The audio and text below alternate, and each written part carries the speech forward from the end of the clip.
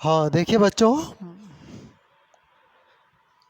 कल की क्लास में हमने वेव नेचर ऑफ लाइट हमने स्टार्ट किया था कि light energy propagate in form of the wave. ये कल चल रहा था। आज अपन देखिए डिस्कस करने वाले हैं प्रॉपर्टीज ऑफ लाइट, बल्कि लाइट से ज़्यादा अपन वेव कहें तो ज़्यादा ठीक होगा। वेव वेव क्योंकि लाइट बेसिकली क्या है, लाइट बेसिकली वेव है ये। अब वेव में देखिए क्या क्या प्रॉपर्टीज़ होती है, उसको वन बाय वन अपन यहाँ डिस्कस करते हैं। और देखो लाइट की जो सबसे पहली और बेसिक प्रॉपर्टी है वो है velocity. Velocity of light wave कह दीजिए, लाइट वेव। लाइट वेव की वेलोसिटी का एक सिंबल है सी, ये फिक्स है सिंबल। लाइट की वेलोसिटी को हम सी, स्मॉल सी होता है, कैपिटल नहीं होता, हम स्मॉल सी से ही इंडिकेट करते हैं। देखो एक सेकंड में लाइट जितना डिस्टेंस कवर करती है उसी को हम कहते हैं वेलोसिटी ऑफ लाइट। ठीक है ना। तो बड़ी सिंपल सी डेफिनेशन इसकी हो जाएगी क्या, कि distance cover by light in 1 second is velocity of light, velocity of light. ये लाइट की वेलोसिटी है। देखो लाइट के अलावा किसी भी पार्टिकल की वेलोसिटी की डेफिनेशन भी यही है, distance cover in unit time. अब यहाँ पर यूनिट टाइम की जगह हमने क्या ले लिया, 1 second ले लिया। ये लाइट के डिस्टेंस है। लाइट के डिस्टेंस की अपने एक फिक्स वैल्यू होती है और वो होती है 3 × 10⁸ मीटर पर सेकंड या 3 × 10⁻10 सेंटीमीटर पर सेकंड। ये है आपके प्रॉपर्टीज़ में पहली प्रॉपर्टी, वेलोसिटी ऑफ लाइट। ये लाइट की वेलोसिटी की डेफिनेशन हो गई। देखो लाइट के अंदर एक कांस्टेंट वेलोसिटी होती है, एक परमानेंट वेलोसिटी होती है। लाइट कभी ठहरती नहीं है। जैसे पार्टिकल ठहरता है ना, डस्टर ठहरा हुआ है, चलाएंगे तो चलेगा। तो लाइट कभी रुकती नहीं है, लाइट हमेशा ट्रेवल करती है। और ट्रेवल करती है तो उसकी कोई स्पीड होती है, कोई वेलोसिटी होती है। तो ये लाइट की वेलोसिटी है, पहली चीज़ देखिए। Number second properties of wave में देखिए, वो होती है वेवलेंथ। वेवलेंथ, इसका सिंबल होता है लैम्डा। लैम्डा, इसका प्रोनाउंसिएशन क्या होता है, लैम्डा, LEMDA, लैम्डा इसका प्रोनाउंसिएशन है। वेवलेंथ का एक फिक्स सिंबल है देखिए। अब देखो वेवलेंथ का मतलब क्या होता है, देखिए देखो किसी भी लाइट का जो प्रोपोगेशन है, कुछ हम इस तरह के डायग्राम से हम शो करते हैं। देखिए देखो इस तरीके से,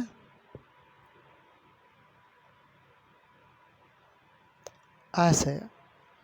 अब इसके अंदर देखिए लाइट के अंदर दो एक्सट्रीम सिचुएशन है। ये ऊपर वाली सिचुएशन तो कहलाती है क्रिस्ट, क्या बोलते हैं, क्रिस्ट।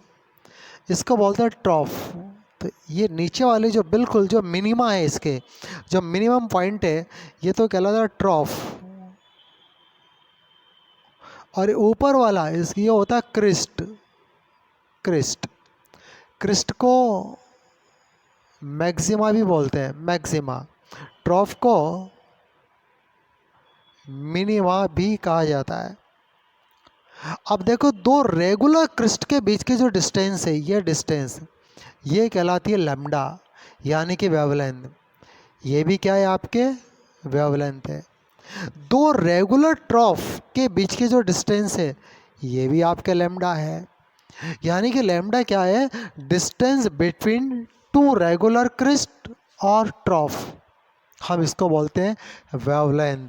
वेवलेंथ यानी कि लेंथ ऑफ वेव है एक तरीके से, ये वेव की लेंथ है, ये वेव की लंबाई है एक तरीके से जो है, तो नाम भी कुछ इसी तरीके से रखा गया है, वेव लेंथ। चलो डेफिनेशन क्या होगी देखिए, तो ये डिस्टेंस है, देखिए distance between two regular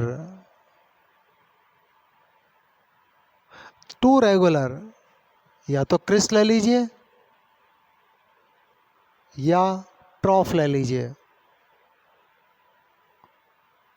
is called wavelength यानी कि लैम्डा। इसी को हम कहते हैं लैम्डा। और एक लैम्डा को एक वेव माना गया है।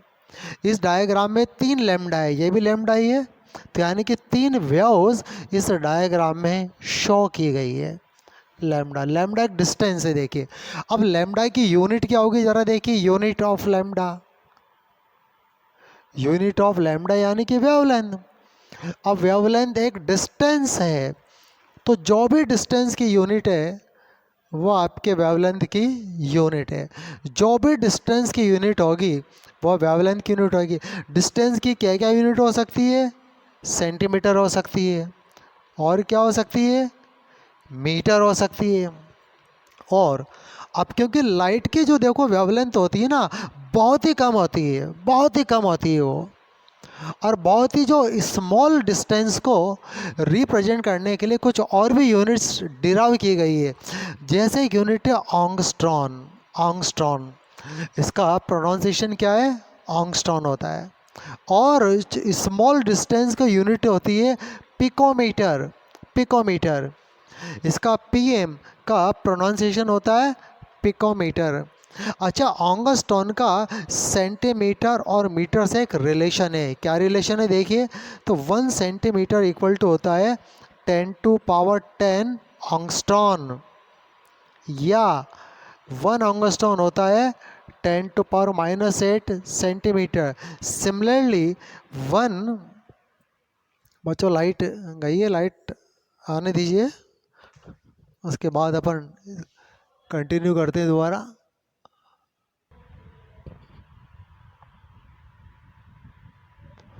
हाँ देखिए बच्चों, लाइट आ चुकी है। अब देखिए 1 मीटर इक्वल टू होता है 10⁻10 ऑंगस्टोन, और इसी को यहाँ लिखें 1 ऑंगस्टोन इक्वल टू 10⁻⁻10 मीटर। ऐसे पिकोमीटर का भी मीटर और सेंटीमीटर के साथ एक कनेक्शन है। वो कनेक्शन ये देखिए कि 1 सेंटीमीटर इक्वल टू होता है 10⁻10 पिकोमीटर, और 1 पिकोमीटर इक्वल टू होगा 10⁻⁻10 सेंटीमीटर। ऐसे देखिए 1 मीटर इक्वल टू 10⁻12 पिकोमीटर है, और 1 पिकोमीटर इक्वल टू 10⁻12 मीटर है। तो जो बहुत ही स्मॉल डिस्टेंस है, जैसे कि लाइट की वेवलेंथ एक बहुत ही छोटी डिस्टेंस होती है, उनको हम ऑंगस्टोन और पिकोमीटर में मेजर करते हैं। तो ये थी आपके वेवलेंथ ऑफ लाइट। देखो थर्ड डेफिनेशन पर आते हैं, फ्रीक्वेंसी, फ्रीक्वेंसी ऑफ लाइट। इस फ्रीक्वेंसी का सिंबल होता है ये इस तरीके से, इसका प्रोनाउंसिएशन होता है नू, नू बोलते हैं। ये वी नहीं है, थोड़ा ये ऐसा टेढ़ा वी बना करके बनाते हैं, ठीक है ना। और इसका प्रोनाउंसिएशन क्या है, नू, NU, नू, इसको प्रोनाउंस्ड किया जाता है। ये फ्रीक्वेंसी का सिंबल है। अब ज़रा देखिए फ्रीक्वेंसी का मतलब क्या होता है। देखो किसी पॉइंट से 1 सेकंड में जितनी वेव्स क्रॉस हो जाती है उसको बोलते हैं फ्रीक्वेंसी, यानी कि number of wave pass through a point in 1 second, यानी कि 1 सेकंड में किसी पॉइंट से जितनी वेव्स गुजर जाती हैं, क्रॉस हो जाती हैं, हम उसको बोलते हैं फ्रीक्वेंसी। चलो भी डायग्राम से समझते हैं, पहले अपन डेफिनेशन लिख लेते हैं। देखिए बड़ी सिंपल सी डेफिनेशन है कि नंबर ऑफ वेव्स पास या क्रॉस, एक ही बात है, cross through a point in 1 second. Number of waves pass through a point in 1 second is known as frequency, यानी कि नो, इसी को हम कहते हैं नो, यानी कि फ्रीक्वेंसी। चलो डायग्राम से इसको और अपन कनेक्ट होते हैं इसके साथ। देखिए देखो यहाँ पर दो अलग अलग वेवलेंथ की वेव, उसके मैं डायग्राम बनाता हूँ। देखिए एक तो ये है,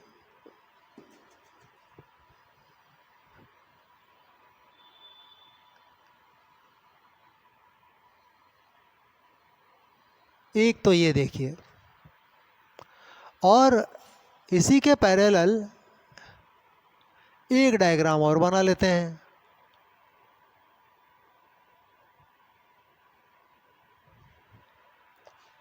ये दोनों डिस्टेंस इक्वल है, यहाँ से यहाँ तक भी इतनी डिस्टेंस है, यहाँ से यहाँ तक भी डिस्टेंस इतनी है, लेकिन इस डिस्टेंस में देखो दो वेव्स हैं। ये ना यहाँ से यहाँ तक की डिस्टेंस जो एक वेवलेंथ एक वेव के बराबर होती है, ये दूसरी वेव्स है। और इस डायग्राम में इसी डिस्टेंस में देखो नंबर ऑफ वेव गिनते हैं, 1 2 3 और 4। देखो 4 वेव्स हैं, और इसमें कितनी है, 2 वेव्स हैं। अब मान लीजिए एक लाइट वेव इतने डिस्टेंस ट्रेवल करती है, तो इतने डिस्टेंस में कितनी वेव गुजर जाएंगे, 2 वेव गुजर जाएंगे। और यही लाइट वेव्स इतने डिस्टेंस यहाँ भी ट्रेवल कर रही है, तो कितने नंबर ऑफ वेव्स पास हो जाएंगे, 4 वेव्स पास हो जाएंगे। तो हमने देखा जिस लाइट की वेवलेंथ ज़्यादा है, हायर वेवलेंथ है, उसकी नंबर ऑफ वेव्स कम पास होगी थ्रू द पॉइंट। और जिस लाइट की वेवलेंथ कम है, ये डिस्टेंस से तो वेवलेंथ है ना कम है, उसके नंबर ऑफ वेव ज़्यादा गुजर जाएंगी, ज़्यादा पास हो जाएंगी एक पॉइंट से। मान लीजिए यहाँ पर किसी पॉइंट से जितने टाइम में ये 2 वेव गुजर जाएंगी, इसकी 4 वेव्स गुजर जाएंगी। तो कॉन्क्लूजन निकला, वेवलेंथ कम होगी तो फ्रीक्वेंसी ज़्यादा होगी। तो देखिए इसकी वेवलेंथ कम है, यानी कि इसी डायग्राम में लो वेवलेंथ है, इस डायग्राम में मोर लैम्डा है। तो जो फ्रीक्वेंसी होगी ना, इसकी फ्रीक्वेंसी होगी हाई फ्रीक्वेंसी होगी, इसकी फ्रीक्वेंसी होगी लो, इसकी लो फ्रीक्वेंसी होगी। डेफिनेशन बड़ी सिंपल है कि number of waves pass through a point in 1 second. ये दोनों वेव्स हैं, दोनों एक ही स्पीड से ट्रेवल कर रही है, और वो स्पीड होती है लाइट की स्पीड, 3 × 10⁸ मीटर पर सेकंड। और जब दोनों डिफरेंट वेवलेंथ की वेव सेम स्पीड से ट्रेवल करेगी, तो 1 सेकंड में इसके नंबर ऑफ वेव कम पास होंगे और इसके नंबर ऑफ वेव ज़्यादा पास हो जाएंगे। इसकी फ्रीक्वेंसी ज़्यादा होगी क्योंकि वेवलेंथ कम है, इसकी फ्रीक्वेंसी कम होगी क्योंकि वेवलेंथ ज़्यादा है। तो यहाँ पर देखिए जो वेवलेंथ और फ्रीक्वेंसी का जो रिलेशन है, तो frequency inversely proportional to the wavelength, frequency inversely proportional to the wavelength. If wavelength increase, frequency decrease. If wavelength decrease, frequency increase. अब हम क्या करें, हम ये करें कि प्रोपोर्शनलिटी को इक्वल में कन्वर्ट कर दें, तो एक कांस्टेंट आएगा जिसे कहेंगे प्रोपोर्शनलिटी कांस्टेंट, और वो कांस्टेंट यहाँ पर वेलोसिटी ऑफ लाइट होता है। तो एक रिलेशन निकल कर के आ गया, nu equal to c upon lambda. इसको यूँ भी कह देते हैं कि c equal to nu lambda, एक ही बात है। एक रिलेशन आया किस किसके बीच में, frequency of light, velocity of light और वेवलेंथ ऑफ द लाइट, इन तीनों के बीच में एक रिलेशन फाइंड आउट यहाँ पर हुआ है देखिए। अब यूनिट ऑफ फ्रीक्वेंसी देखिए, यूनिट क्या है फ्रीक्वेंसी की, यूनिट ऑफ फ्रीक्वेंसी। अब फ्रीक्वेंसी के डेफिनेशन में यूनिट भी इंक्लूड है कि number of wave pass through a point in 1 second, 1 second में कितनी वेव्स गुजर जाती हैं, हम उसको बोलते हैं फ्रीक्वेंसी। तो बड़ी सिंपल सी यूनिट बनती है साइकिल पर सेकंड, ये यूनिट है। साइकिल यानी कि वेव साइकिल की तरह ही होती है वेव एक तरीके से, क्योंकि सेम सिचुएशन रिपीट होती है, तो रिपीटेशन को साइकिल बोल देते हैं यहाँ पर। तो साइकिल पर सेकंड ये होती है यूनिट ऑफ फ्रीक्वेंसी देखो। और इसको केवल पर सेकंड भी कह देते हैं, पर सेकंड।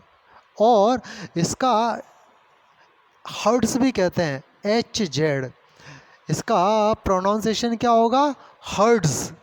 हर्ट्ज, हर्ट्ज का मतलब पर सेकंड ही होता है, हर्ट्ज का मतलब साइकिल पर सेकंड ही होता है। ये यूनिट है, किसकी यूनिट है, ये फ्रीक्वेंसी की यूनिट है। ये थी थर्ड और इम्पोर्टेंट डेफिनेशन। नंबर 4 देखिए, wave number. Wave number, wave number का सिंबल होगा नू बार। इसका हम कैसे प्रोनाउंसिएशन करेंगे, नू बार। नो के ऊपर एक लाइन ड्रॉ कर देते हैं तो ये बन जाता है नू बार। अच्छा, वेव नंबर का मतलब है नंबर ऑफ वेव। अब नंबर ऑफ वेव का मीनिंग क्या है, ज़रा देखो एक डायग्राम में देखते हैं। सपोज करो यहाँ से यहाँ तक के बीच में ये 1 सेंटीमीटर की डिस्टेंस है। कितनी डिस्टेंस है, 1 सेंटीमीटर है। सपोज करो 1 सेंटीमीटर की डिस्टेंस है, और इस 1 सेंटीमीटर के डिस्टेंस में कुछ वेव्स हैं, देखिए ऐसे। कितनी वेव्स हैं, 1 लैम्डा 1 वेव के बराबर, 2 लैम्डा, 3 लैम्डा और 4 लैम्डा। तो कितनी वेव्स हैं, 4 वेव्स हैं। तो इसका जो वेव नंबर आएगा ना, वो आएगा 4 आएगा।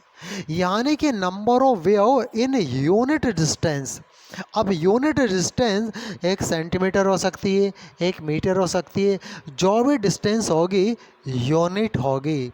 और इस यूनिट डिस्टेंस में जितनी वेव्स इंक्लूड होती है हम उसको बोलते हैं नंबर ऑफ वेव। अब बड़ा it is a well defined, well understood.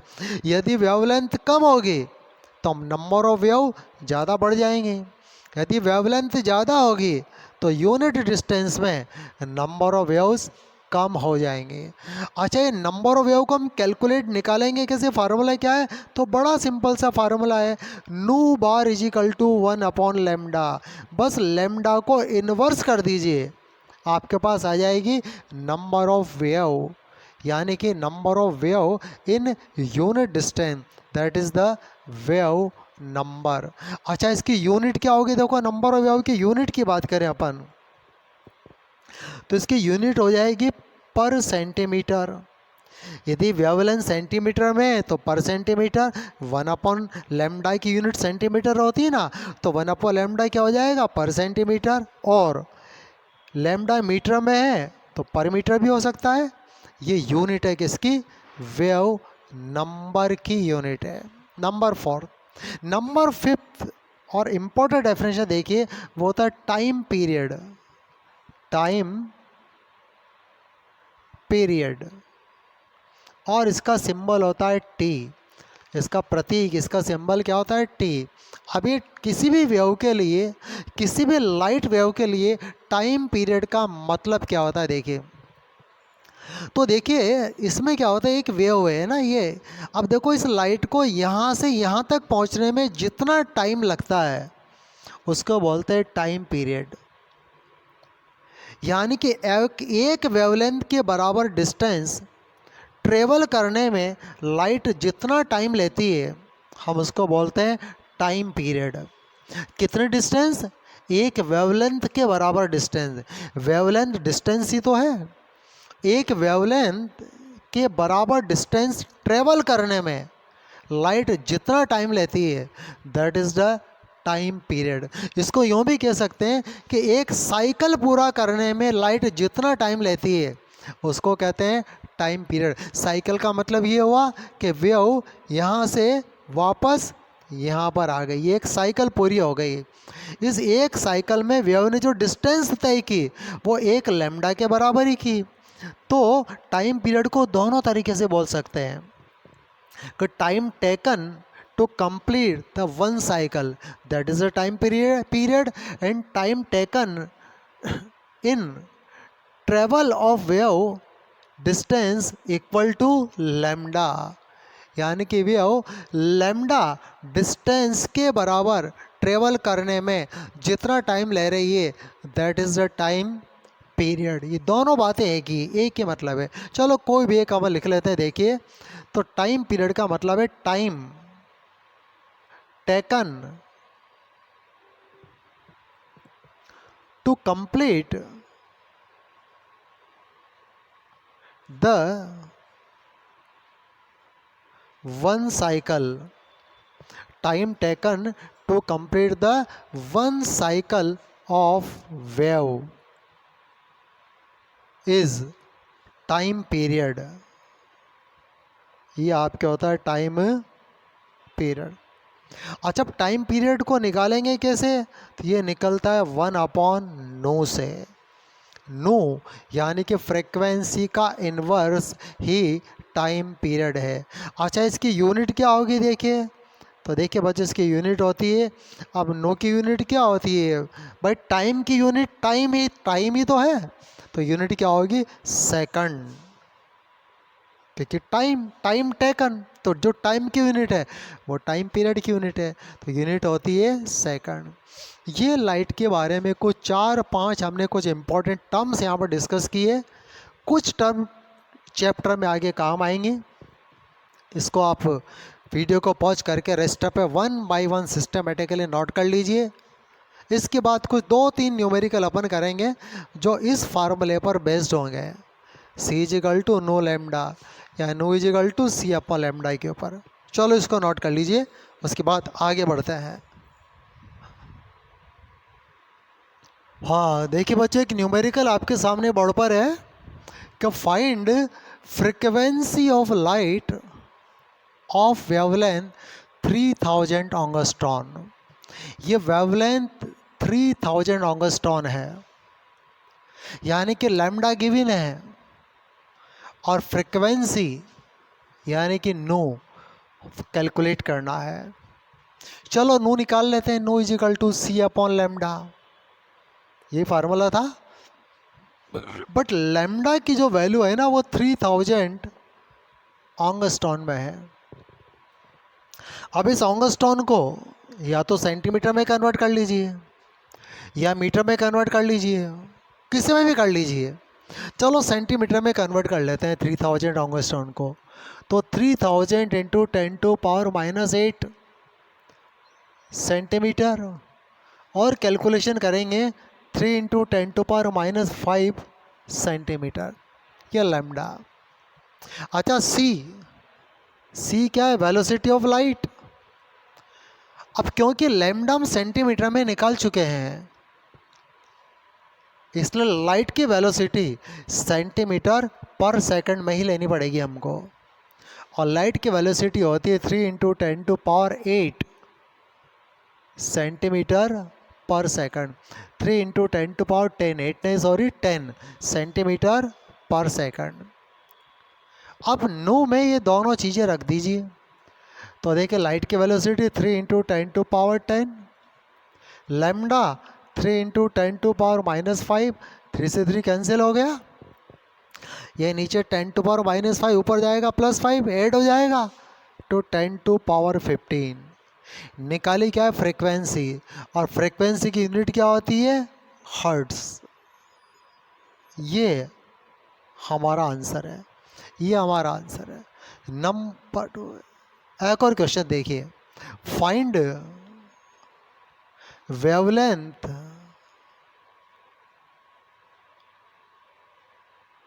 And wave number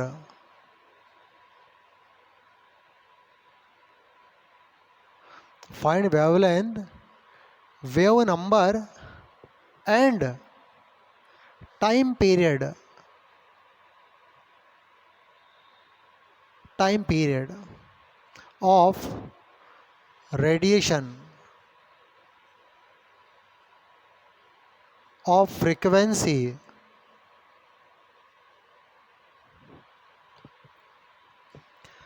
10⁻18 hertz, ये सवाल है। अब यहां पर फ्रीक्वेंसी गिवन है, देखिए गिवन टर्म है फ्रीक्वेंसी, नो गिवन है, देखिए नो। तीन चीजें निकालनी है क्या, एक तो वेवलेंथ निकालना है यानी कि लैम्डा निकालना है, एक वेव नंबर निकालना है नो बार निकालना है, और एक टाइम पीरियड यानी कि टी निकालना है। चलो कैलकुलेट करते हैं। देखो तीनों में सबसे आसान है टाइम पीरियड। चलो पहले इसी को कैलकुलेट करते हैं। टाइम पीरियड होता है 1/नो। नो 10⁻18 है तो 10⁻−18 सेकंड ये टाइम पीरियड है। यानी कि एक साइकिल पूरा करने में कितना टाइम लगेगा, 10⁻−18 सेकंड। लाइट है ना, फ्रीक्वेंसी बहुत ज़्यादा होती है लाइट की, तो टाइम पीरियड बहुत कम हो जाएगा। नंबर 2 हम निकाल लेते हैं वेवलेंथ। तो लैम्डा इजिकल टू होता है C/नो। लैम्डा इजिकल टू, ये लैम्डा को इधर ले लिया, नो को इधर ले लिया। अब C देखिए, अब ये वेवलेंथ है ना, वेवलेंथ को किसी पर्टिकुलर यूनिट में निकाल लेते हैं अपन, पहले सेंटीमीटर में निकालते हैं। देखिए तो लाइट की वेलोसिटी रख देंगे 3 × 10⁸ सेंटीमीटर पर सेकंड। फ्रीक्वेंसी हमारे सामने है 10⁻18 हर्ट्स। तो देखिए वेवलेंथ आ जाएगी 3 × 10⁻। अब ज़रा ध्यान दीजिए, ऊपर है +8, नीचे 18 है, ऊपर जाएगा -18, -18 और +8 कितना बचेगा, -10, तो 10⁻−10 सेंटीमीटर। हम चाहें तो सेंटीमीटर को मीटर में बदल सकते हैं, पिकोमीटर में बदल सकते हैं। चलो सेंटीमीटर को ऑंगस्ट्रॉन में बदलते हैं। देखिए ऑंगस्ट्रॉन में तो 3 × 10⁻−10। अच्छा एक सेंटीमीटर होता है, एक सेंटीमीटर में देखिए कितने ऑंगस्ट्रॉन होते हैं, 10⁸ ऑंगस्ट्रॉन। कितने होते हैं, एक सेंटीमीटर क्या होता है, 10⁸ ऑंगस्ट्रॉन। तो देखिए 3 × 10⁻−10 ये सेंटीमीटर में है, ऑंगस्ट्रॉन में बदल देते हैं तो इंटू 10⁸ तो कितना हो जाएगा, 3 × 10⁻−2 ऑंगस्ट्रॉन। दूसरा आंसर ये आ गया। अच्छा तीसरा आंसर जरा क्या निकालना है, हमको निकालना है वेव नंबर निकालना है। वेव नंबर होता है 1/लैम्डा। लैम्डा हमने निकाला हुआ है, ये निकाला हुआ है लैम्डा। देखिए ये 3 × 10⁻−10, 3 × 10⁻−10 सेंटीमीटर। 1/3 कितना होगा, 0.33 होगा। 10⁻−10 ऊपर ले जाइए, 10⁻+10, यूनिट क्या आ जाएगी, पर सेंटीमीटर, पर सेंटीमीटर। क्योंकि वेव नंबर होता क्या है कि एक सेंटीमीटर के डिस्टेंस में कितने वेव्स हैं, वो नंबर ऑफ वेव्स को हम कहते हैं वेव नंबर। तो इसी तरह के सवाल बस इन फार्मूलों पर बेस्ड होते हैं। छोटा सा फार्मूला है, आगे भी चैप्टर में काम आएगा, इसको अच्छी तरह समझ लेना। इससे रिलेटेड और भी सवाल आपके शीट वगैरह में गिवन है, एनसीईआरटी में भी है, वहाँ से सॉल्व करना। तो ये थी आपकी वेव नेचर ऑफ लाइट। अब इसके बाद देखते हैं quantum theory of the light. देखिए ये लाइट का एक पक्ष हो गया, ये लाइट की एक प्रॉपर्टी हो गई। बेसिकली तो लाइट में ड्यूल कैरेक्टर होता है, एक ही टाइम में लाइट वेव भी होती है और लाइट पार्टिकल भी होती है एक ही टाइम में। ये हमने लाइट का वेव कैरेक्टर यहाँ पर देखा है। देखिए अब लाइट का पार्टिकल जैसा कैरेक्टर और देखते हैं। इस लाइट के पार्टिकल जैसे कैरेक्टर को सबसे पहले समझा था एक साइंटिस्ट था, Max Planck. Nobel prize winning study थी उसकी। उसने बताया था कि लाइट बेसिकली तो वेव ही है, लेकिन वेव के साथ साथ लाइट में थोड़ा सा पार्टिकल जैसा बिहेवियर भी होता है। और एक थ्योरी बनाई जिसको बोलते हैं क्वांटम थ्योरी। क्वांटम थ्योरी किसके बारे में? लाइट के बारे में है। इस थ्योरी को दिया था 1905 में, साइंटिस्ट था मैक्स प्लैंक। साइंटिस्ट का नाम था मैक्स प्लैंक। इस थ्योरी का देखो कुछ पॉइंट्स में थ्योरी को अपन समझते हैं। पहला इसका पॉइंट है कि किसी भी सोर्स से लाइट का इमिशन और एब्जॉर्प्शन कंटिन्यूअस न होकर के डिस्क्रीट यानी कि डिसकंटिन्यूअस तरीके से होता है। सोर्स कोई भी हो सकता है, जैसे कि सन से लाइट का इमिशन हो रहा है।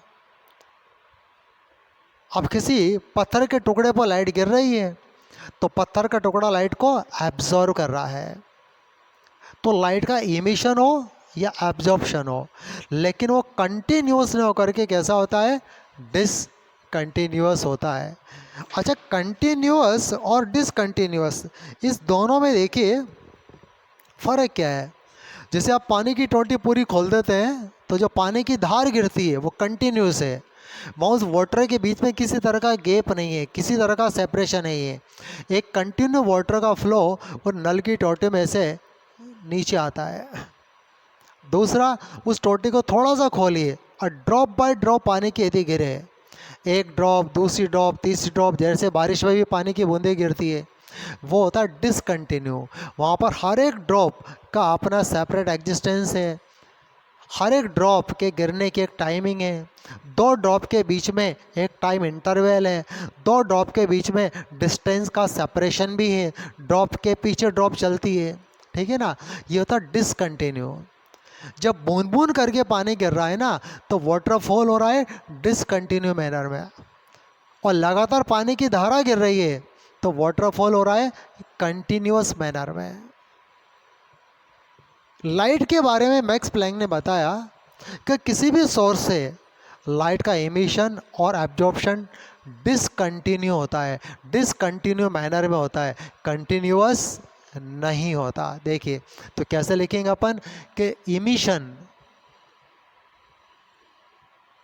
और एब्जॉर्प्शन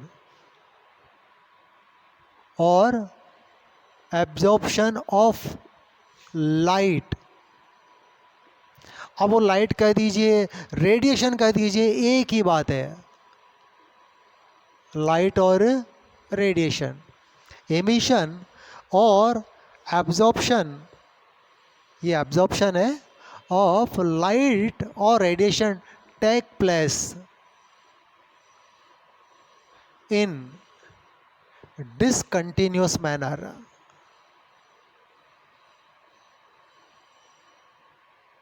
कंटिन्यूअस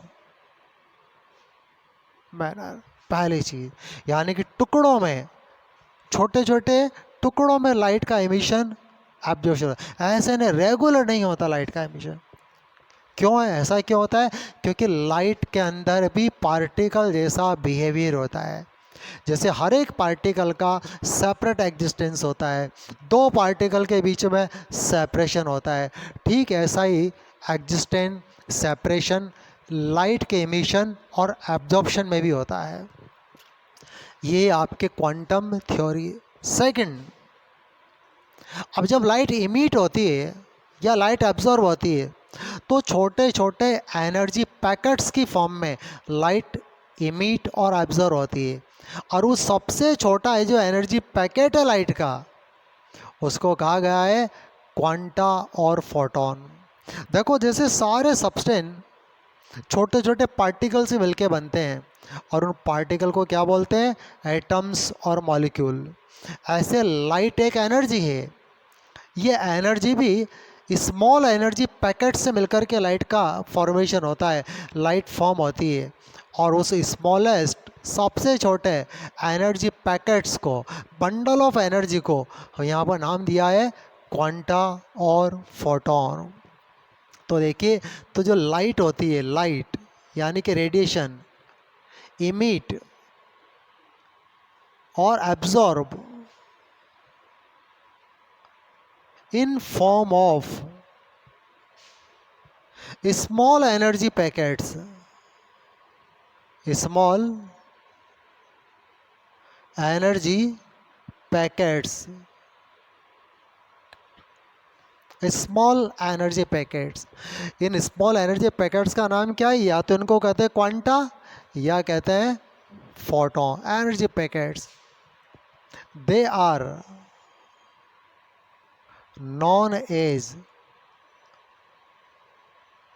क्वांटा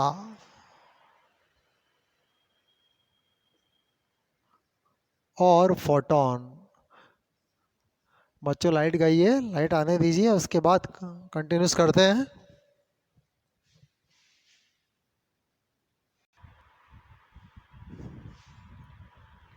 हाँ बच्चों देखिए लाइट आ चुकी है। तो सेकंड पॉइंट में हमने लिखा था कि लाइट इमिट और absorb in form of small energy packet, they are known as quanta और फोटॉन। इन स्मॉल एनर्जी पैकेट को क्या बोलते हैं? क्वांटा और फोटॉन बोला जाता है। ये क्वांटा और फोटॉन लाइट के एटम जैसे हैं। जैसे किसी मैटर का सबसे छोटा पार्टिकल एटम होता है ना, ऐसे लाइट का सबसे स्मॉल पार्टिकल होता है आपका क्वांटा। नंबर थर्ड देखिए, अभी जो क्वांटा की जो एनर्जी होती है, एनर्जी ऑफ फोटॉन या क्वांटा देखिए, क्योंकि लाइट बेसिकली एनर्जी है, तो energy of photon, photon directly proportional to frequency of light, frequency of light. Photon की एनर्जी फ्रीक्वेंसी के डायरेक्टली प्रोपोर्शनल होती है। हम कह सकते हैं कि ई प्रोपोर्शनल टू नो, ये एक फोटॉन की एनर्जी है, ठीक है ना ये। अच्छा यदि प्रोपोर्शनलिटी को इक्वल में कन्वर्ट करेंगे तो एक कांस्टेंट आएगा, और वो कांस्टेंट होता है एच। एच का नाम यहाँ पर है Planck constant. Here h is Planck constant, Planck constant. अब एच की एक वैल्यू भी है, और वो वैल्यू होती है 6.62 10⁻34। अब एच की एक यूनिट भी है, देखो एनर्जी की यूनिट जूल होती है। फ्रीक्वेंसी इधर लाएंगे नीचे आ जाएगा, फ्रीक्वेंसी की होगी पर सेकंड, तो सेकंड ऊपर आ जाएगा ना, तो जूल इनटू सेकंड, ये आपके प्लैंक कांस्टेंट की यूनिट हो गई। अच्छा एनर्जी जूल के अलावा अर्ग में भी होती है। अर्ग में प्लैंक कांस्टेंट की वैल्यू होती है 6.62 10⁻27 अर्ग इनटू सेकंड। ये प्लैंक कांस्टेंट की मैथमेटिकल वैल्यू है। ये E=H², ये एक सिंगल एक फोटॉन की एनर्जी है। एक चीज़ ऑलरेडी पहले हम देख चुके हैं, वो ये कि ν होता है C/λ। नो क्या होता है? C/λ होता है। इस नो की जगह पर हम C/λ भी रख सकते हैं। एच नो की जगह पर क्या रखें? C/λ। तो एक और फार्मूला बनता है HC/λ, यानी कि फोटॉन की एनर्जी फ्रीक्वेंसी के तो प्रोपोर्शनल होती है और वेवलेंथ के इनवर्सली प्रोपोर्शनल है। क्योंकि H और C दोनों कांस्टेंट है, तो दोनों का मल्टीपल भी कांस्टेंट होगा। C लाइट की वेलोसिटी है, ये भी कांस्टेंट होती है। H प्लैंक कांस्टेंट है, और दो कांस्टेंट का मल्टीप्लिकेशन भी कांस्टेंट है। इसलिए कह सकते हैं कि energy of photon is inversely proportional to wavelength of light. यहाँ हम कहेंगे कि energy of photon is directly proportional to frequency of light. एक चीज़ और देखिए, हम दो डिफरेंट फोटॉन का यदि कंपैरिजन करें, अपन देखिए सपोज कीजिए दो फोटॉन है, सपोज कीजिए दो अलग अलग फोटॉन हमारे सामने है। फोटॉन, एक फोटॉन है, दूसरा फोटॉन भी है। फोटॉन ए की फ्रीक्वेंसी मान लो ν1 है, फोटॉन बी की फ्रीक्वेंसी ν2 है। फोटॉन ए की वेवलेंथ λ1 है, फोटॉन बी की वेवलेंथ λ2 है। फोटॉन ए की एनर्जी E1 है, प्रोटॉन बी की एनर्जी E2 है। तो एक रैशनल फार्मूला भी यहाँ पर बनेगा। कैसे बनेगा ज़रा देखिए। देखो फोटोन ए के लिए E1 क्या हो जाएगा आपका, E1 is equal to H₹ और E2 क्या हो जाएगा, H₹. अच्छा E1 अपॉन यदि E2 कर दें तो एक रिलेशन निकलेगा हमारे पास कि E1 upon E2 equal to ₹ upon ₹. तो दो डिफरेंट फोटोन की एनर्जी का रेशो निकल सकता है। ऐसे वेवलेंथ की टर्म में ज़रा देखिए, तो E1 इज इक्वल टू क्या है, SC अपॉन λ1 और E2 इज इक्वल टू क्या है, SC अपॉन λ2 और ये रेशो कर दीजिए, SC से SC कैंसिल हो गया। तो यहाँ पर एक और रेशनल फार्मूला क्या निकला, E1 upon E2 equal to ये 1 अपॉन λ अपॉन 1 अपॉन λ2, तो हो जाएगा आपका λ2 अपॉन λ1। एक चीज़ और देखें यहाँ पर, देखिए ये एक सिंगल फोटोन की एनर्जी है E is equal to H₹, ये भी सिंगल फोटोन की एनर्जी है E is equal to SC upon λ। अच्छा फोटोन, एक फोटोन की एनर्जी इतनी है तो दो की एनर्जी इसकी डबल हो जाएगी, 3 की ट्रिपल, 4 की 4 टाइम हो जाएगी। और यदि total number of photon n हो, एक बहुत बड़ा नंबर हो, देखिए if number of photons small n हो तो एनर्जी क्या होगी, equal to n H₹ is equal to NH। एक सिंगल फोटोन की एनर्जी H₹, तो n फोटॉन्स की एनर्जी क्या होगी, NH₹। इसी को वेवलेंथ की टर्म में कैसे लिखेंगे, E N H C upon λ, ये n फोटोन की एनर्जी है। तो यहाँ कुछ 2-3 फार्मूले हमने देखे, E is equal to H₹, E is equal to SC upon λ, E1 upon E2 equal to ₹ upon ₹2 और E1 upon E2 equal to λ2 upon λ1। आज की क्लास को बस यही आपके क्वांटम थ्योरी ऑफ लाइट है। आज की क्लास का फिनिश करते हैं। कल की क्लास में हम क्वांटम थ्योरी से रिलेटेड कुछ न्यूमेरिकल प्रॉब्लम्स सॉल्व करेंगे। कल केवल न्यूमेरिकल करेंगे, अलग अलग तरह के न्यूमेरिकल, वैराइटीज़ ऑफ न्यूमेरिकल देखेंगे कि इन फार्मूलों को हम कैसे न्यूमेरिकल में इस्तेमाल करते हैं। चलिए ठीक है।